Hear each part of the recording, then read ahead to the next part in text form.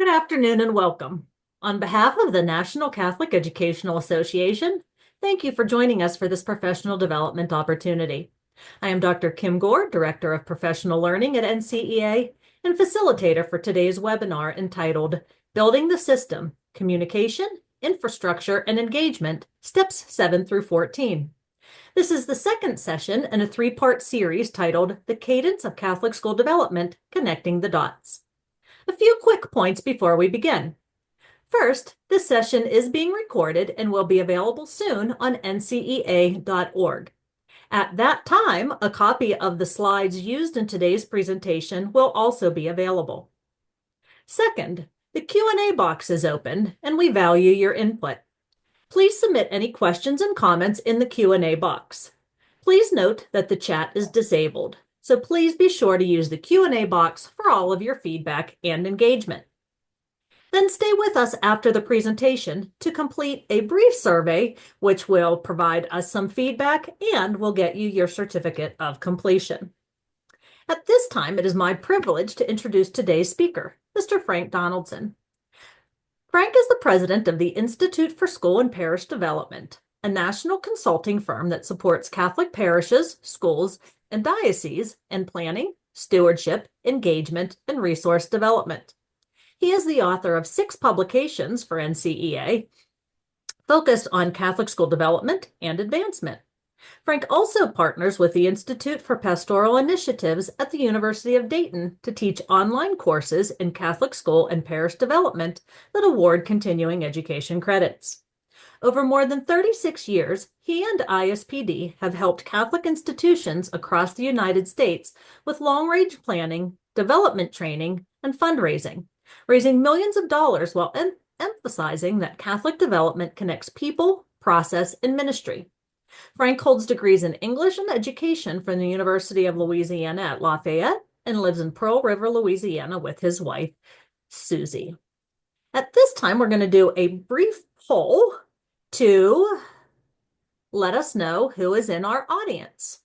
So if you would take a moment, please, and just let us know, are you part of the development office, advancement, admissions? Are you a board member, or are you a building or system leader? We'll let that poll run for a second here.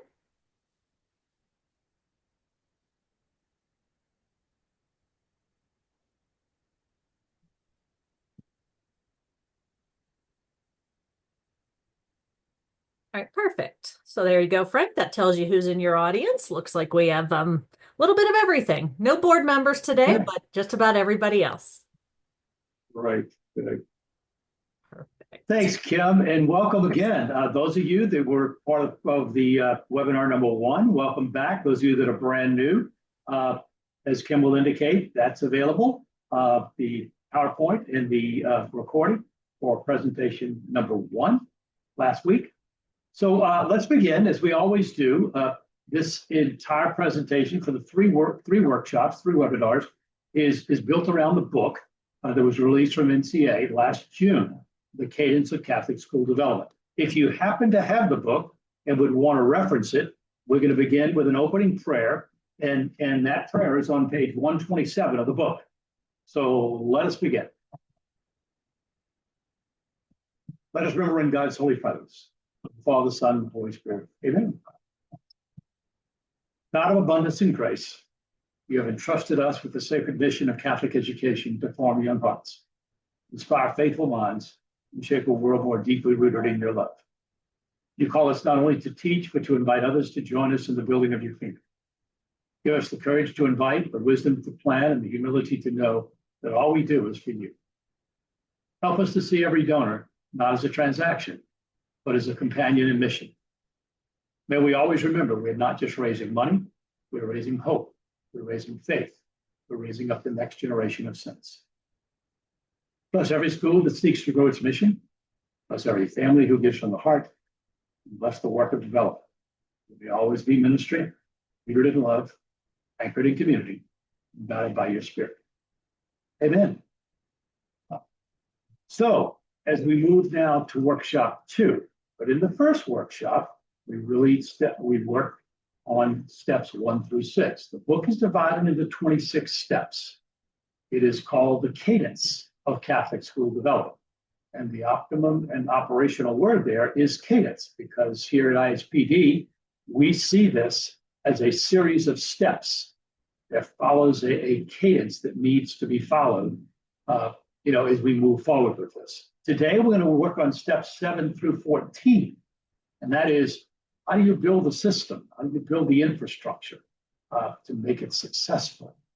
And so in the next workshop, the last one, where we cover steps 15 to 26, we're going to talk about how do we sustain it, okay? And how do we really plug into those philanthropic processes that's going to help you, quote unquote, build your village.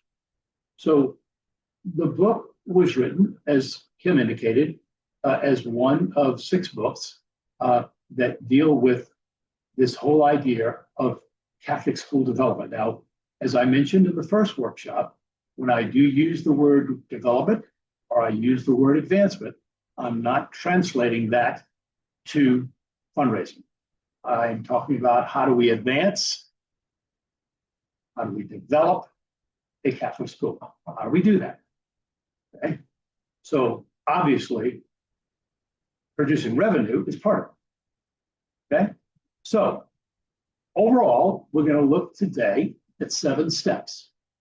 Step 7 is establishing the communication system to promote and market your school.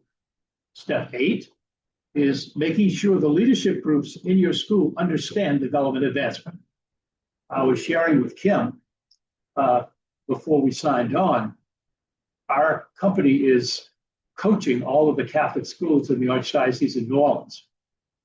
And we're doing that through monthly coaching sessions and 4 workshops. And part of that is we're offering 3 workshops for boards, 2 in person and 1's going to be virtual. We've already conducted the 2 in-person workshops, and the total focus of these board workshops was the role of the board in development. In the first workshop, we had about 15 or 20 people attend. And in the second workshop, we had between 70 and 80 people attend. And in these workshops, we shared with them what it is that they can do to help with development efforts. They filled in an input form at the end. And we compiled all that and shared that with the superintendent today. And I was sharing with Kim, it was amazing the theme that came back. Well, 2 themes. Number 1, we know very little about development in terms of what it really is. Okay, we may know how to do a golf tournament, but in terms of understanding development advancement in a Catholic school, we really don't know that much about it. And theme number 2 is, we've got to have that more professional development on this. So this is what we mean by educate. So it's not just the board, it's your faculty and staff, it's your student leaders, your parent leaders, your alum leaders. Okay. Step 9, establish that development quote unquote office and personnel. Some of you don't have a development officer or an office. Okay, we're going to talk about that. And there's nothing wrong with that. You don't have it in your budget yet. Notice I use the word yet. Step 10, a database. You're only as good as your data. So we're going to look at different systems, ideas, and what's important. Step 11, how do we involve those groups of people, those alums and past parents, grandparents, parishioners, if you're a parochial school especially, in the development process. Then step 12, I'm going to talk about the derivation of a group of people that we find to be essential to a development effort, and most schools do not have it in place. I'm going to talk about the development advancement core team. And then finally, we talk about how could you, in your position, conduct an assessment of your development advancement efforts. And we have an instrument that I'll come out of the PowerPoint and bring up that instrument and show you how you can do that. And it's something you can do, okay? And as we come into March and move into April and May and June, as you move to May and June, it's a wonderful time to do that assessment. It's a comprehensive assessment. It's not a little 1-pager. And we're going to send that to you so you could use it, okay? So once again, let's move forward. We're in workshop 2, centered around this whole idea of the cadence. And I really, if you look at those 3 words, connecting the dots, how do we connect the dots? Now, why this title? Because we see after doing this work for over 36 years, we see development / advancement as a series of processes. There's the annual fund, there's the gala, there's the golf tournament, there's the major gift process, there's the plan giving process, there's open house. It's a series of processes, okay? And the dots need to connect because it needs to be seen systemically, not as a single program. That's why I always cringe when I hear my development program. Well, no, it's a development system if you do it right, because the dots should connect.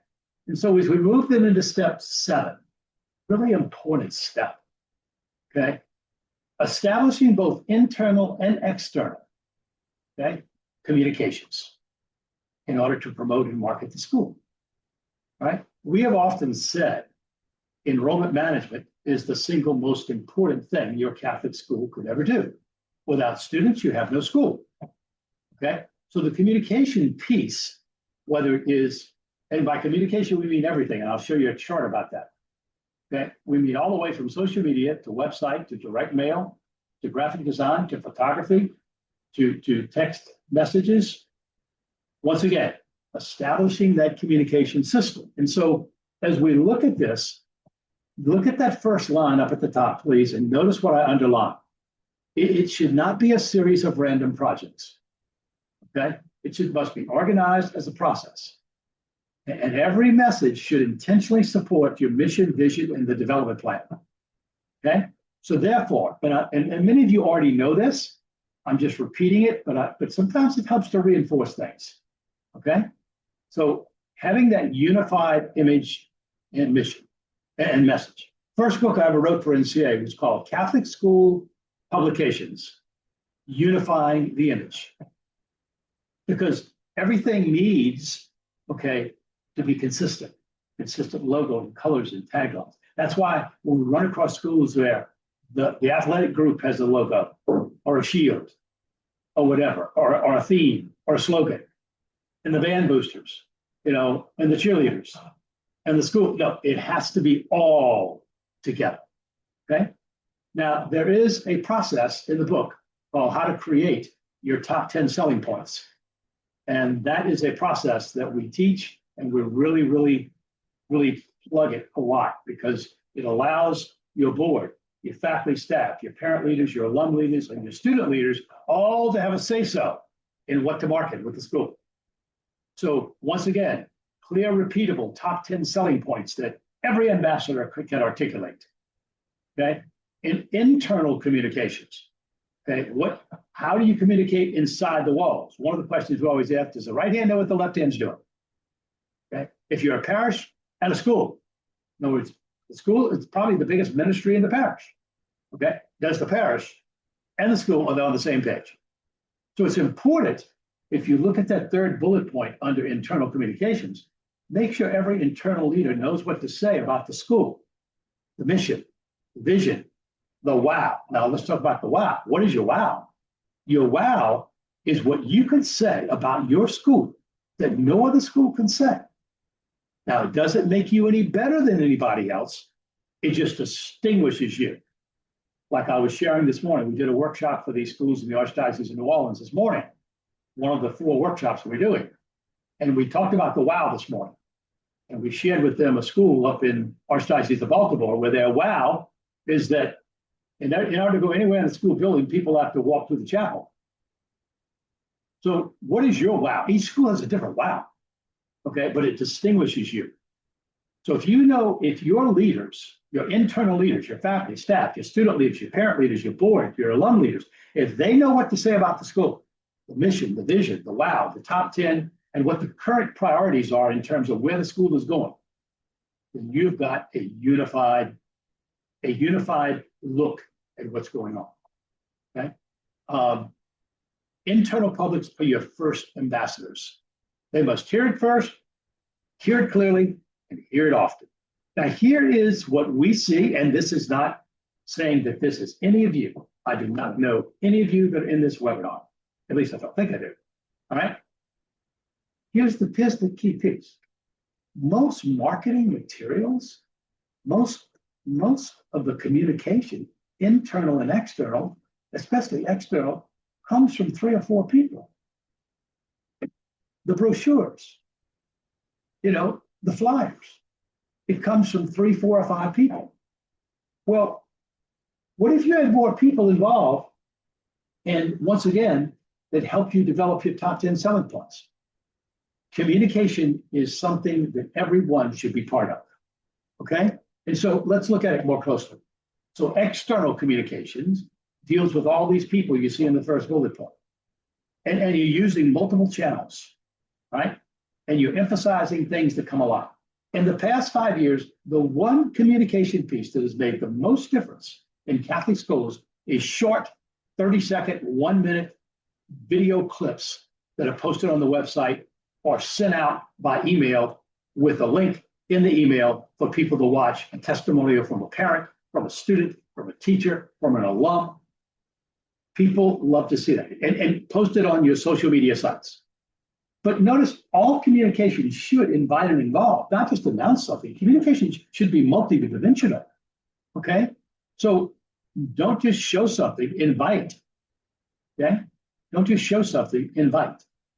Communications, external, internal, okay? And so once again, that communication calendar that you set up, okay, for the coming year is so important to have that established. So you know that these communication pieces are going to build that culture of belonging, where, look at the definition of that in the second bullet point under all communication should. Warm tone, welcoming language, personal voice, celebration of people. Your communication should be exciting and welcoming and engaging. And so as you look at it, let's take a look at the first person. Okay, when I walk into your school, what am I going to see? If I go to the office, how am I going to be greeted? If I call your school, am I going to have to go through 10 steps to try to find the person that I want to speak with? Or when I call your school, is a live human being going to answer the phone? You can tell the way I'm talking what we believe in. I believe when someone calls your school, that someone should answer the phone. That's my belief, and I know I can sometimes, depending on the audience, I can be in the minority. But I, for one, I know many people that don't have time. If you're interested, please enter the person's 3 letters of the last name. I'm like, can I just talk to somebody? Okay. So once again, that front office of really that first points of contact. Okay, that first points of contact, and so we want to make sure that internal and external system is really driven, and so the front office is key, not only in terms of answering the phone, but also in terms of someone who walks in the door. Okay, I've walked into schools before. In my many years of doing this, I've walked into schools before, and I walk into the office, and I've been greeted this way. We'll give you 2 different ways. Both have happened. Okay, both have happened. I walk into school. I'll say, "Hi, I'm Frank Donaldson, and I'm here to see Sister So-and-so, or Father So-and-so, or Mr. So-and-so, or Miss So-and-so." And the response is, well, they're busy right now. Did you have an appointment? Yes, ma'am, I had a 9 o'clock appointment. And it's like, 5 to 9. And we'll just have a seat. I'll see if I can get to them, but just have a seat. They may be a while. Well, that certainly didn't make me feel very, very welcome. I've also walked into the same school, not the same school, a different school with the same message that I shared. "Hi, can I see so? I'm here to see so. I have an appointment." Yeah. Mr. Donaldson, she's tied up right now in a meeting. Won't be too long, maybe 3, 4, 5 minutes. But look, I tell you what, can I get you a cup of coffee? Oh, by the way, here's a copy of our latest newsletter, school newsletter. You might want to, just take a look at it as you're waiting, but she shouldn't be too long. I've already let her know that you're here. Now that has let me know I'm being treated like I am welcomed. Okay, I'm welcome. And so as you look at that personal invitation, walking in the door, answering the phone, I encourage you, okay, to make sure that it's warm. To make sure whether that it is a voicemail message, a voice message, or whether it's an email message, or it's a newsletter going out, or whatever publication, that once again, it is warm. It is warm and it's exciting. Now, here is a chart that we call it the communication, Catholic School Communication Dashboard. All right. Now, this is what we teach in our development school, our summer conference. I want to share with you. So here you have the name of the school. You have your executive committee. Now, we talked about the executive committee in workshop number 1, if you remember. The executive committee is that 3, 4, 5 people that meet on a regular, consistent, weekly basis for 30 minutes, and they direct the development efforts. Then notice the next dot, a development advancement office director. Notice there's quotes around those two. Back when I was a Catholic school administrator, the development office was a 4x8 table in my office. Okay? My point in that dot is to say to you this, and we'll cover it in another slide later on. Someone in your Catholic school needs to be able to raise his, her, or her hand and say, I am responsible for development advancement at this Catholic school. I'm responsible. Okay? And then to the right, we're going to talk about that development core team. And to the left is what we talked about last week, and that's people engagement. Think, and remember that image I used. I said, think of development as an engine. Okay? It's an engine. In order for that engine to run and run smoothly, you've got to have people fuel. Okay? You've got to fuel your development engine with people. And part of that is the communication piece. So here are 15 dots on the dashboard. Your database, which we'll talk about, research and assessment, the ultimate question survey, the messages, the top 10, the wow, testimonials, state of the school. Okay, look at those first 3. Next 3, website, school welcome, electronic communication. You can see the breakdown with all of that. This is not complete and totally comprehensive, but it's fairly comprehensive. Look at the next 3, social media, written publications, forms, and letters, right? Look at the next 3, gatherings, advertising, signage, on-site activities. The number one reason we've seen in our work over the past years that a family is going to select your Catholic school is many times, not always, but many times going to be in direct relationship to the number of times that family has been on your campus. So the ability to have clinics and classes, adult ed classes, having special performances, inviting them to the spring musical, having summer camps, having special workshops, having, all kinds of things, on-site activities. And then finally, that third set, person-to-person communication, financial invitations, people engagement. And so you can see how that all breaks down. I do know this, that if I send an email, or if I post something on the website, post something on social media, all right, or I send a direct mail piece, all right, my chances for that message to be read, absorbed, and implemented is going to be at about 10 to 15% effectiveness. If I pick up the phone and I go voice to voice, then my message is going to jump up to 30 to 30%, 35% effective. If I meet someone in person, eyeball to eyeball, then my messaging jumps up to 60 to 70%.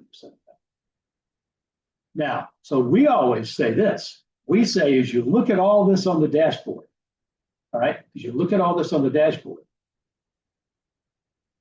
emails, direct mails, website, social media posts, all of that does 3 things.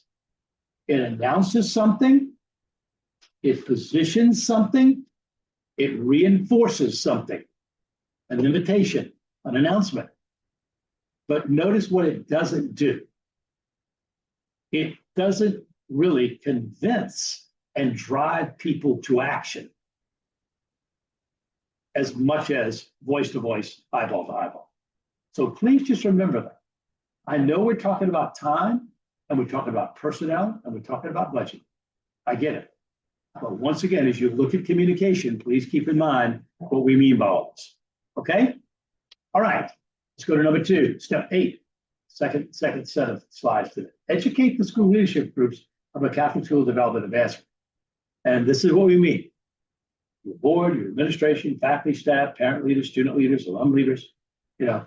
This is something that, once again, if you're head of school, you're a development advancement director, really important is to educate people about all of this. Okay? Just focus on 4 words: understanding, premise, value, method. Okay? And what do we mean by that? Understanding is, do they really know? They now, okay, when I say use that word, great word, they, we hear all the time. Oh, they did this. Well, the they I'm talking about are these 6 groups. Okay? That's what I mean by they. So when they, okay, need to understand about development, think of understanding. Do they understand what development really is? Do the premise, okay? They've got to understand the development, the beliefs and assumptions that it's built on. The development is about engaging people. Okay, you heard me say in the first class, I made a statement in the first class, I don't know if you remember, but I said, the biggest challenge we face in Catholic schools today is not raising money and not bringing in students. The biggest challenge we face today in our Catholic schools is to create the roadways, avenues, and vehicles to invite, involve, and engage people. That's our biggest challenge. So once again, the value. Why is that essential? Why is development essential for the school's future? And then method, how do we do this stuff? Well, that's what the Cadence book is all about. That's what these workshops are all about that NCA is offering. And so as we look at it further, some good questions to ask them, okay? All right? And maybe bring this to the next board meeting. Maybe bring this to the next faculty staff meeting. Maybe bring this to the next parent meeting. Question, when you hear the word development or advancement, what does that mean to you? I guarantee you, unless you're different, okay, 80-90% of the people are going to say money. Question, in your mind, what are the main components of a successful development advancement efforts? What we hear all the time, we ask that question, golf tournaments, galas, raffle sales. How important is an organized informal development advancement effort to the future of your school? Everybody's going to say yes, but then why? What are the 2-3 main activities, events, processes that the development advancement office is successful here with you at our school? And what role, if any, should our board, council, faculty, staff, parent leaders, alum leaders, student leaders play in the development advancement efforts? These are really good questions. These are really, really good questions. Okay? So once again, that whole idea about educating people about development is key. Now, with this workshop series and with the Cadence book, you have tools, okay, that you can invite people to read. You have tools that these are all being recorded, as Kim will indicate, that you can invite people to listen to the recordings. Once again, you have opportunities for people to understand what we really are talking about. Number 9, what about the development office and personnel? Okay? What about that? Notice their quotes around it, because I know that some of you probably have this in place. You have a development office, you have development officers. Okay? But notice that piece is really an important piece. Okay? So Kim, before I jump into this, Kim, I'm going to stop and see if there are any questions about anything we've covered thus far. We don't have any in there now, so if anybody has one that they want to drop in there quickly, we can get it answered. Give you a minute here. Sure. Yeah. Okay. Yeah, So, I will just, if I see one come in, I'll just interrupt you and let you know we got sure. one. That's fine. That's great. Perfect. Great. So step 9 in the Cadence is, once again, what this translates to is that someone raises his or her hand and says, I'm responsible for development. Now, if you're in elementary school with no development officer, no development office, then maybe you're the one who raises your hand, but someone needs to raise his or her hand. Okay?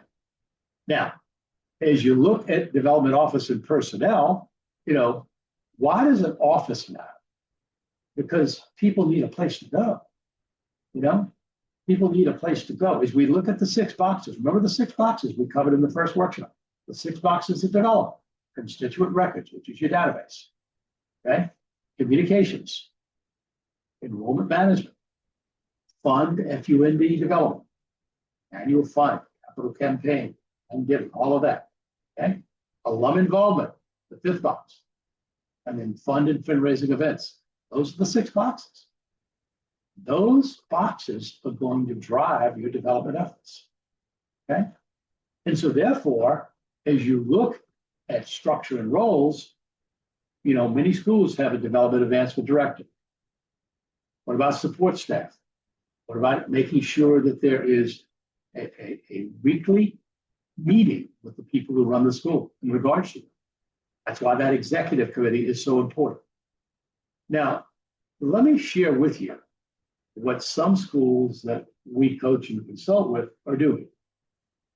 They don't have a development office. They didn't have a development director. And it's pretty much catch as catch can. Wasn't in the budget. And so in working with them, what we told them was this. As part of development, as you look at that box that says fund, F-U-N-D, development, part of that, one of those subtitles under fund development is financial leaders, or major donor portfolios. Okay.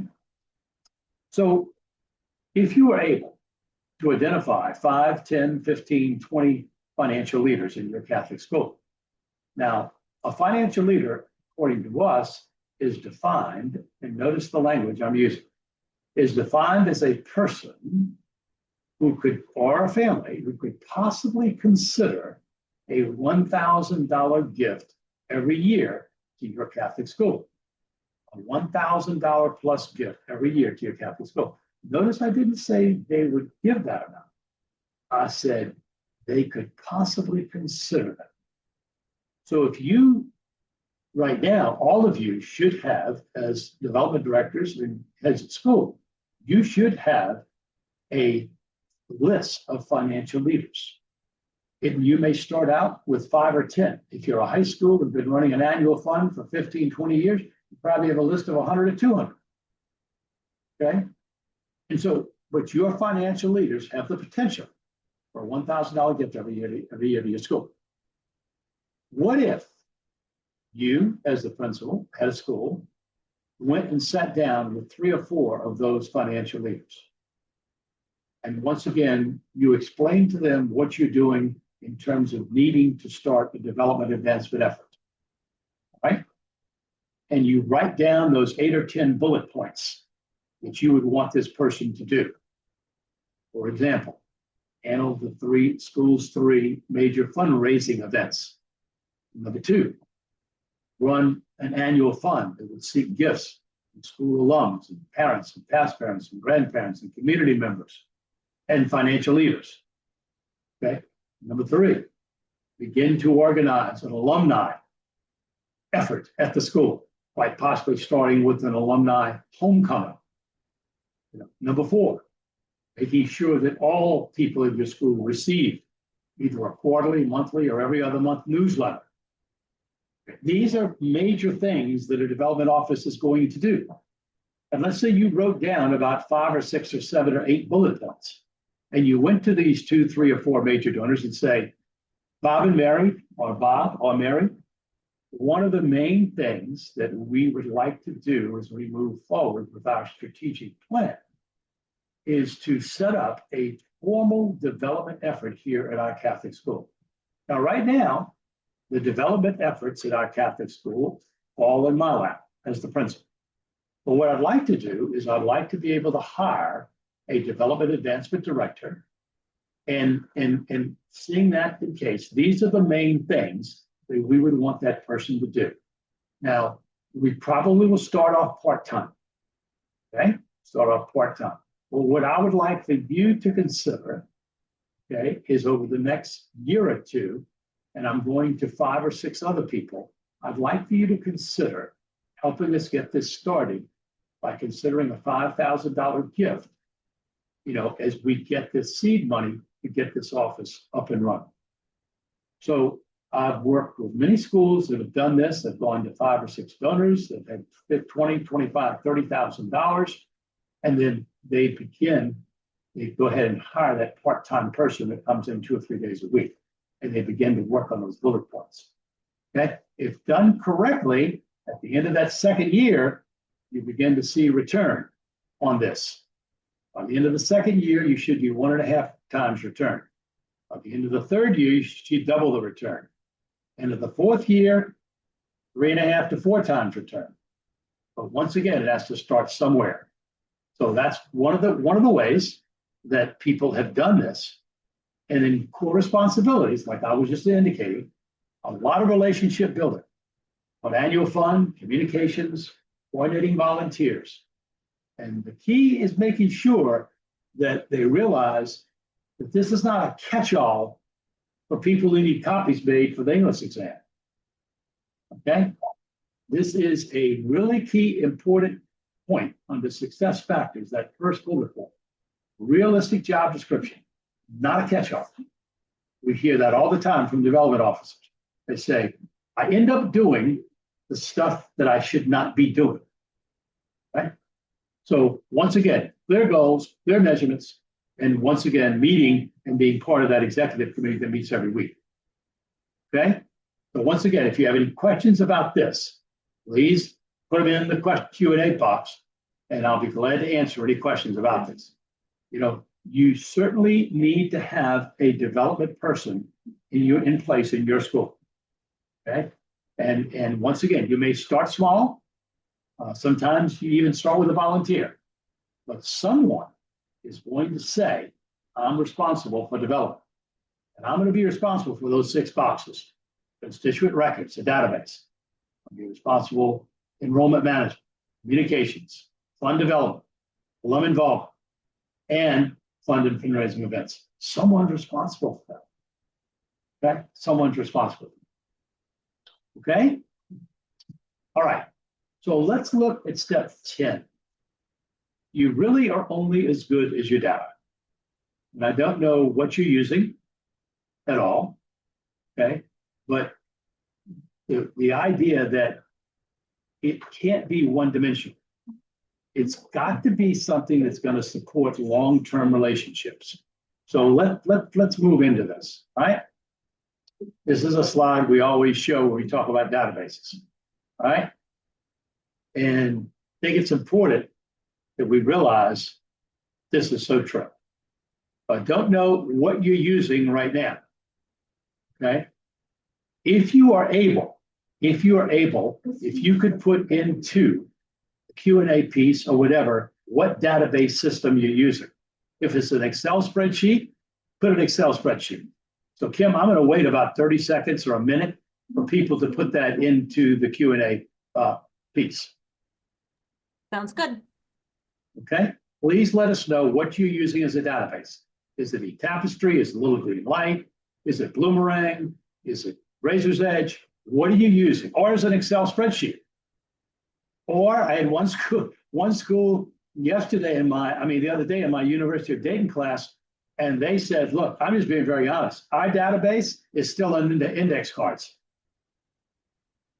Okay, so Kim, let me know if you get any answers. I do. I'm getting quite a few here. We have Fax, we have Razor's Edge, Give Smart CRM, Salesforce, NPSP, another Razor's Edge, Bloomerang. Okay, good. All right, glad to hear that. So if you're not, I'm going to make a recommendation. If you don't have anything in place, okay, I'm going to make a recommendation in a minute, and I don't get a profit from it or a kickback from it. I just have a bunch of my clients that use it, and it's like, wow, they really are, doing well. So with that in mind, all right, what do you capture in a database?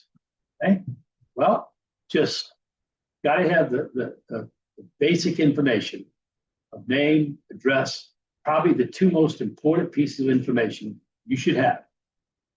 Beside the name is the email and the cell phone. But also, that's minimum, that's bare minimum. But you want to have their giving history and their engagement history. So your database should have CRM capabilities, customer relationship management, right? Notes, and then once again, are you using school-wide software or development software, right? Making sure, we always say one person should be responsible for the database.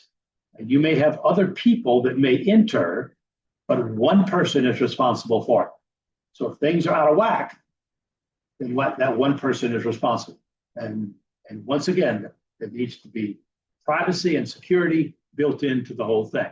Practical considerations, okay, is you use school-wide or development specific, okay? What you see on your screen is development specific, because this lets this person know in Monsignor Clark School in the Diocese of Providence, it lets this person know, what transactions came in this week, this month, and where are they in their annual fund this fiscal year, okay? And so, once again, these are practical. Now, these are some of the ones that we see all the time. You name some of these, okay? Blackboard by Razor's Edge, expensive program, but it's very, very good, okay? Salesforce, we worked in the Archdiocese of Minneapolis, St. Paul. Cisco, the group up there had funded Salesforce for every Catholic school. That was several years ago, okay? But these are different types of system. Facts. The one I wanted to recommend if you're just starting out and have nothing. Now, please research all of us, please, okay? All right. But the one that we have had on elementary school level and on some high school level that we recommend a lot is a little green light up in the top left, okay? I was doing our University of Dayton class yesterday. And one of the pieces of that class was dealing with database. And I had, asked them, just like we ask you, what are you using? And we had about 4 or 5 of them using the little green light. I had one school, elementary school, 5,000 people, okay, entries in the database, and they were paying no more than $700-800 a year, okay, for a little green light. It can handle annual fund, it can handle capital campaign, it can handle special, event fundraisers, it can handle everything. And it's CRM. So it allows, it's multidimensional. So I'm not saying to stop what you're doing, obviously, but I'm saying if you don't have anything in place, then take a look at a little green light, research it, okay? And the learning curve is not that steep either, all right? So these are the ones that we see a lot of. Okay, probably the ones I see most of, are on this slide, right? Razor's Edge with Blackboard, see a lot of, that's the Cadillac, so to speak. E-Tapestry is sort of a watered down version of Razor's Edge, but Blackboard does a good job. It is a learning curve, So in terms of using the, okay, if you have a database, a good one, it's going to allow you to segment, it's going to allow you to personalize. It's going to allow you to track the engagement and not just putting in what somebody gave financially, okay? And it's going to also allow you to identify prospects. Some databases, like Blackboard's, has a major gift research, a search engine. And so many times if you look at that, if you use that, or it's not up here, but there is a software called Donor Search, okay? Some softwares, packages like Blackboard and others do have that built in, okay? But Donor Search, for those of you that want to know, how do I take my list of people and find out what their financial capability is? Well, Donor Search, right? Take a look at that, right? Not Donor Perfect, Donor Search, all right? Another piece that we shared this morning in the workshop here at the Archdiocese of New Orleans. We had several questions came up. How can we get alumni into our database? We're in elementary school, or we're a high school, and our alumni data is not that good, all right? So there is a company called Alumni Finder that you could research, okay? So I'm just recommending, because Alumni Finder is good. It's about 70% accurate. But you send them, an Excel spreadsheet of all your people. And they'll run it through their system, and they then will help you in terms of giving you information, cleaning it up. So I'm recommending you research Little Green Light for database. I'm recommending you research Donor Search for being able to find out financial capacity. And I'm recommending that you research Alumni Finder. Those are many of our schools we're coaching and consulting. They use it with success. Now, once again, I want to say it again. Alumni Finder is not 100% accurate. Really important. All right, about 70% accurate. But if you're at 0% accuracy right now, there certainly is something to consider. So I would just say Google and research, okay? Because this is what a good database is going to give you, right? A good database should give you. So like, for example, when we work with a school on a capital campaign, one of the first things we do is we go to the database person and we say, okay, I'd like to hear from you over the past 5 years. I'd like a list of the people, cumulative, that have given the school $10,000 or more over the past 5 years with anything, fundraising events, annual fund, whatever. Like a list of people who gave the school $10,000 and above. I like a list of people who gave the school $7,500 to $10,000. A list of people from $5,000 to $7,500. A list of people from $2,500 to $5,000. A list of people from $1,000 to $2,500. Can you please print out those lists with the proper information and any notes on it so we can take a look? That's usually where we start in assessing as we move into a financial feasibility study in advance of capital. Okay. So if your database can give that information, man, you are cooking on all cylinders. Okay? All right. We talked a little bit about this, but I want to drive it because this is step 11. Okay? Involve school alumni, past parents, grandparents, and parishioners in development advances process from the beginning. One of the beautiful things about an annual fund is that the annual fund is not necessarily, the pushback you get from the annual fund is many times from parents, because they're already saying, hey, I'm supporting your school fundraisers and I'm paying tuition, I'm paying your fees.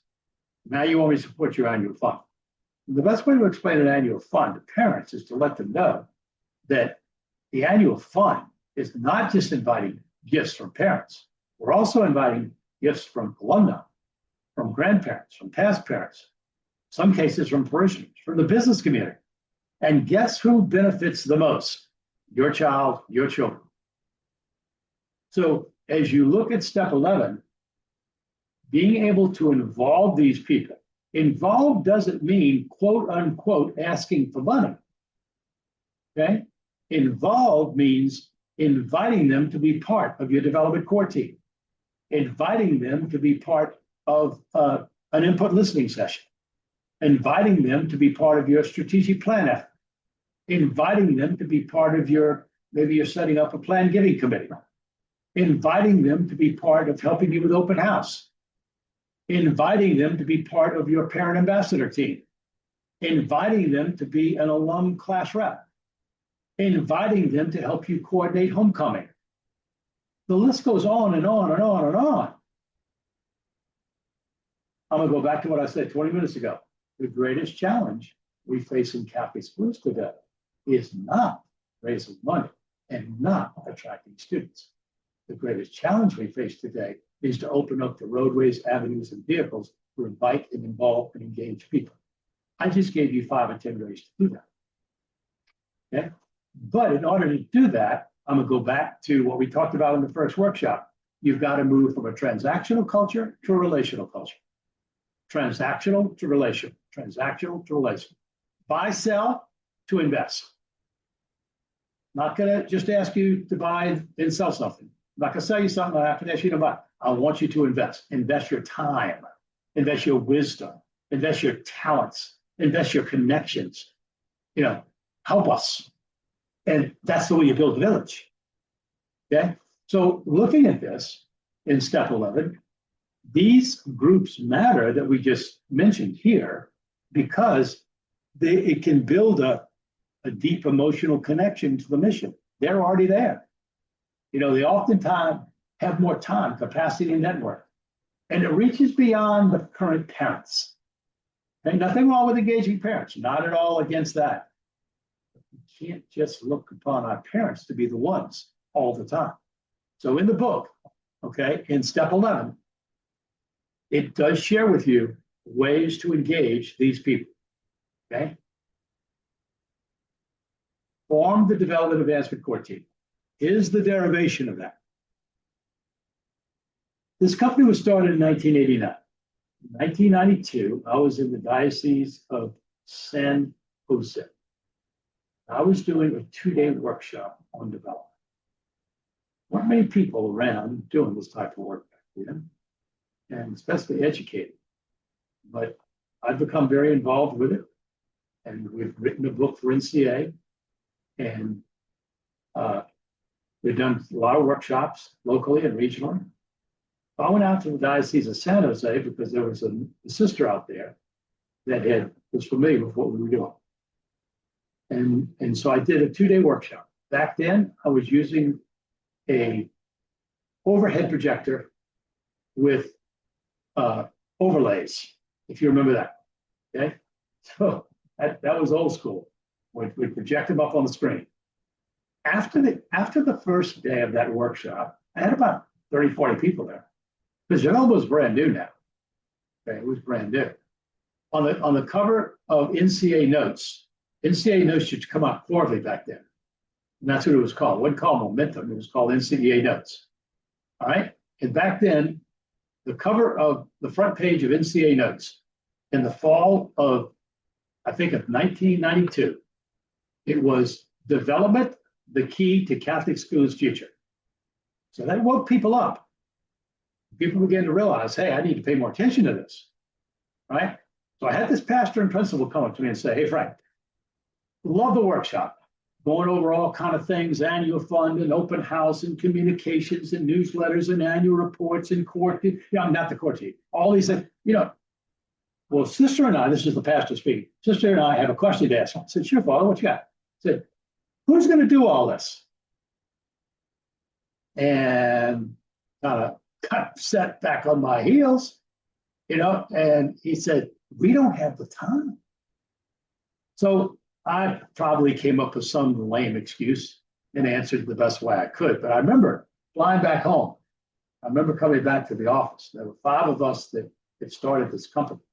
And I remember sitting down with them. I said, guys, we have got to solve this challenge, pastors and principals. And we came up with the development core team. I've written about the development core team in every publication I've ever written on development. What is it? The core team does 3 things. They help educate, 10%. They help facilitate, 10%. They help implement, 80%. They're not another advisory group. We've got plenty of people who want to give you advice. The development core team meets monthly, and they are going to make sure the pastor, the principal, the development director is not doing this stuff alone. Okay? And so as we look at it, usually it's targeting, you want to have 15 members. Okay? You can see some of the people you'd want to invite, right? Their core responsibilities, right? And they're going to advise on strategy and priority, but they're mainly going to help you implement it. They're going to champion your cause. They're going to lead your annual fund. They're going to lead your golf tournament. They're going to lead your open house. They're going to implement alumni, homecoming. They make things happen. Okay? They make things happen. So there is a whole chapter in the 25 Lessons Learned book on the development core team. In our coaching of the New Orleans schools right now, that's almost mandatory for them. They've got to have an executive committee of 3 to 5 people and a core team of 12 to 15 people, because that will help them implement, their development efforts. All right? So lastly today, in step 13 is conduct the development advancement assessment with the executive and core team.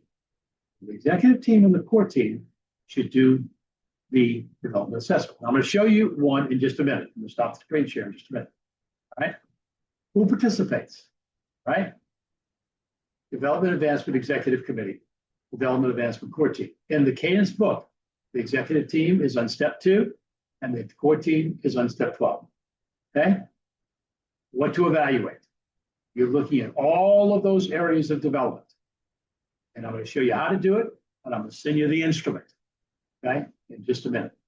But keep in mind that as we look at all this, Your whole focus behind this is to do an assessment, and probably the month of May is the best time to do it.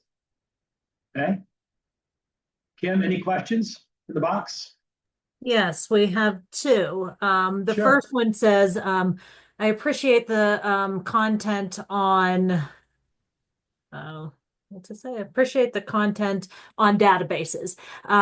If there is not a current alumni database at the school, where would you recommend it is the best place to start to actually establish a database? Well, sometimes you have to start with the old records. I know a number of schools that have pulled out those records from the past 3, 5, 10, 15, 20 years, and have brought someone in and just input it into an Excel spreadsheet. If it's that rudimentary and that's where you are, that's where you need to start. But I also do think that you need to take a look. If you're doing social media, I think you need to have on your social media posts, you need to have ways for people to give you information. You've got to put together, a start to it all. I know once you do things like alumni homecoming, where you announce it, and once again, sometimes those announcements take place in parishes. Sometimes that takes place through your social media. Sometimes that takes place on your website. You can. I know an elementary school, St. Louis King of France. They did a homecoming last spring, and they had over 300 alums that came, and they captured all of their information right there at that homecoming. And they made it all part of that. Here in New Orleans, area we do crawfish boils, so it was a crawfish seafood festival, and so they had over 300 alums that came. They captured all that information. But if you have a starting point, if you have to get a starting point, sometimes that starting point is pulling out those old files and beginning to enter that data. And sometimes when that data is entered, it's all wrong. But what you could do, as long as you could take a look at a group like Alumni Finder, you could send that Excel spreadsheet to them, okay? And as long as they have an address of some kind, they're able to run it through their system and be able to give you the current address. So that would be one way of beginning to find. But I would go all out. I've had even some schools, this has already passed, but I've had some schools during Catholic Schools Week where they've had gone to the parishes, and they have at every mass, in the parishes that feed into them, they hand out cards because they know that many of their alums are sitting in the pews. And so they have people there that, once again, hand out the cards, pick up the cards. If you're an alum of the school, please fill this in. All we want is your email. And if you want to give us your cell phone so we can text and everything on this nature, fine. But mainly just give us your email. Okay. So that is another way of gathering information. So there are all kind of ways, but those are the two best. Okay? Perfect. The next one says, I'm the leader of a school of less than 200 students. So is there a right size for this development core team in a school that is small like mine? 12 to 15. We say that to a school of 1,000. We say that to a school of 50. Because the 12 or 15, notice if you've got a school of 200 students, you obviously can have about 150 parent families, okay, or 100 more, a little bit more. You have to have some kind of alum base. You have to have some kind of grandparent base. You have to have some kind of past parent base. You have to have some vendors who support the school. And you also have quite possibly parishioners. Based upon those publics, okay, for the core team, what we always say is to identify 25 people that you would like to have. They're not guarding their own kingdom. They're interested in the school. They're interested in the mission. And once again, invite them to come be part of this. Okay. And get 25 and start off by inviting them. There's letters in our publications that give you the language to do that. Okay. But every invitation must be followed up with a personal phone call. It must be followed up with a personal phone call. All right. Or better than yet, if you see the people you've invited at the basketball game or out on the softball field or the baseball or in church or in the grocery store or wherever, personally, eyeball to eyeball invite them. All right, that's all that's there right now. Okay, and then keep in mind, this will be on the PowerPoints, but as we talked about last time, we have our annual conference here in New Orleans, June 22nd, 24th. Notice the theme, very interesting theme this year, the art of advancement in the age of AI. And there'll be over 30 presentations explicitly on Catholic school and parish development advancement. Okay, it's on our website, ispdconsulting.com. Let me share with you now the piece that I'm going to send to Kim, and she'll be able to get it out to you. Okay. All right, good. So this is what I'm going to send to you. Blow it up a little bit. Can everybody see this? Yeah, it looks good. Okay. All right. So this is a self-assessment. Okay. And so you would fill in up here. You're not going to send it to anybody. This is for you. And here is the best way to do it. If you have an executive committee, which you should, if you follow the cadence, then you would have each individual member of your executive committee. For example, I'm just going to use an example of an elementary school we're working with. Tomorrow morning, I'll meet with them, their executive committee. They have a principal, they have a pastor, they have a business manager, they have an advancement director, and they have a board member. So those 5 make up the executive committee, right? Have each executive committee member individually take this. So the assessment is built around 30 areas. Each statement should be scored with a 0, a 1, 2, 3, or NA. 0 means there's no accomplishment in that area. 1 means somewhat true, somewhat false, but minimal accomplishment. 2 means true, average accomplishment, met basic expectations. 3 means very true, outstanding accomplishment. NA means not applicable. You don't have it in place. Like one of the areas is planned giving. You may not have planned giving in place. Another area is capital campaign. You may not be doing a capital campaign, right? So there's a room for a possible score and a total score for each area. There's also a comment section. And this should be done individually first, like your executive committee, and then meet together and go over the answers for a group answer, okay? You should come out of the assessment process with an affirmation of what you're doing well, identification of areas of improvement and what to do, and areas that need addressing for the first time. Okay, so here are the areas. I'm not going to read this to you. I'm just going to show you the areas. Team dynamics, possible score of 18 because there are, as you can see, 6 statements. The top score you could get is the 3. Okay, so that's why the total score is on. Day-to-day operations, the role of the pastor, principal, president, the development advancement core team, internal communication and rapport. This is all about development now. Written development advancement plan, identification and engagement of people, public relations and image building, publications and website, enrollment management, alum involvement, annual fund, strategic growth plan, role of the staff in development, seeking input, how you seek input, special event fundraisers, use of technology, demographic data, welcoming and greeting, community involvement, capital campaign, financial leaders, meaning major donors, inviting the gifts, planned giving, grant writing, memorial giving, endowment growth, ongoing Catholic development advancement education, in other words, professional development, recharging the battery, and challenges and future initiatives. So this is something you can do yourself, okay? It will allow you to self-assess.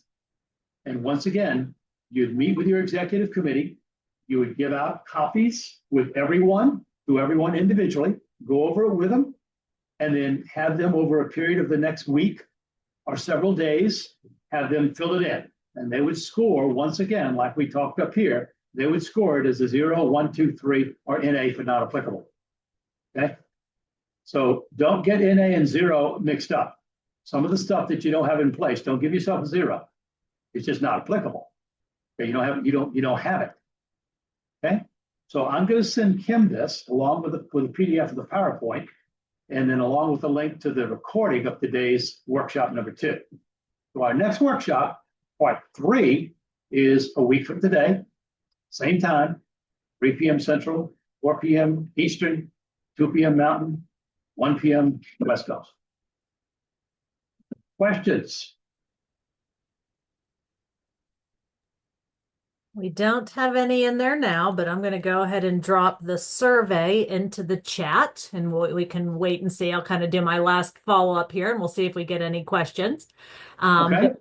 Frank, I want to thank you for being with us today and sharing this great webinar on Catholic school development. And to our online attendees, thank you for being here and engaging with us throughout. We hope to see you at the NCEA convention in Minneapolis in April. And if you have not yet registered for next week's session in this series, please do so and join us next week. The session next week is titled Sustaining the Rhythm, Growth, Philanthropy, and Building the Village. So again, please take a minute to complete that survey that I just shared the chat. Your input is invaluable, and you will receive a certificate completing that survey. And I don't see any other questions, Frank. So thank you for your time today. And we will be with you again next week. Good. Thanks so much, Kim. All right. I Have a hope great everybody one. has a great week. All right. Bye-bye. Bye now.